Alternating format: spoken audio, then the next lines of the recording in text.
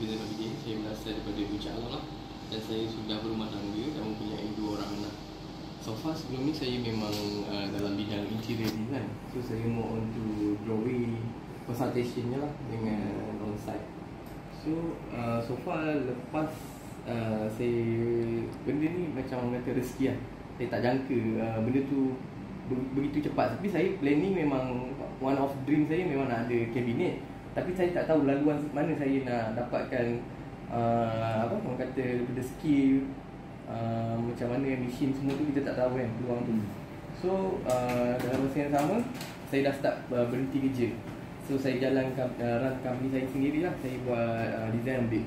So more to consultation lah. Saya buat banyak, saya buat drawing lah. Lepas tu saya jumpa ex-student Cikgu Zairin.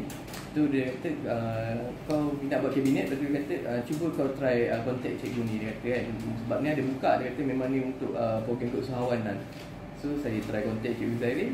So saya dapat so on the spot suruh datang interview tu semua. Mudah lah.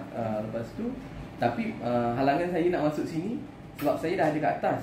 Tiba-tiba saya nak turun bawah balik. Saya kena buat belajar untuk saya buat ni lah, on technical lah, nak buat kitchen cabinet. So macam banyak lah kekangan dengan halangan daripada orang. Macam contoh kawan saya, contoh sebab saya graduate daripada degree. So kawan kata takkanlah kau nak pergi belajar balik IKM, ambil balik kemahiran ni, sedangkan kau dah ada degree, kau boleh je teruskan buat design ni semua. Tapi saya fikir bincang dengan family semua, saya fikir mungkin peluang ni lah. Sebab saya tak dapat pun skill ni kat luar, tak ada.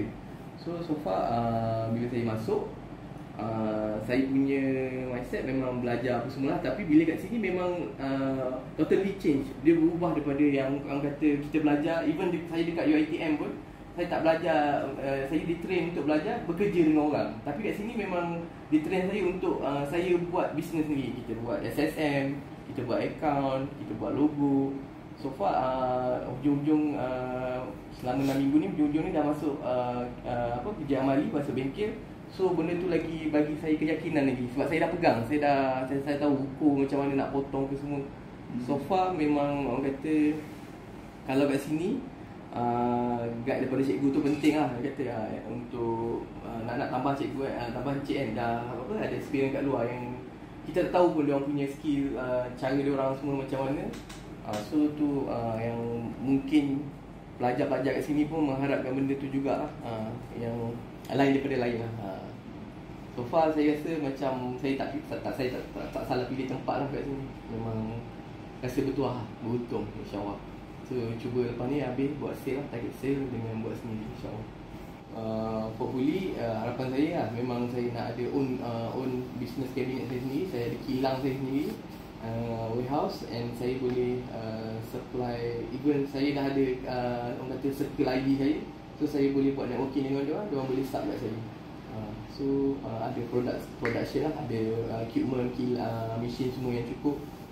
So itu harapan saya lah, dapat lagi satu kalau boleh macam Encik dah ada peluang kat luar, dah tahu macam mana market kat luar. Saya rasa macam nak import produk kita ni, boleh import keluar yang kat luar tak ada.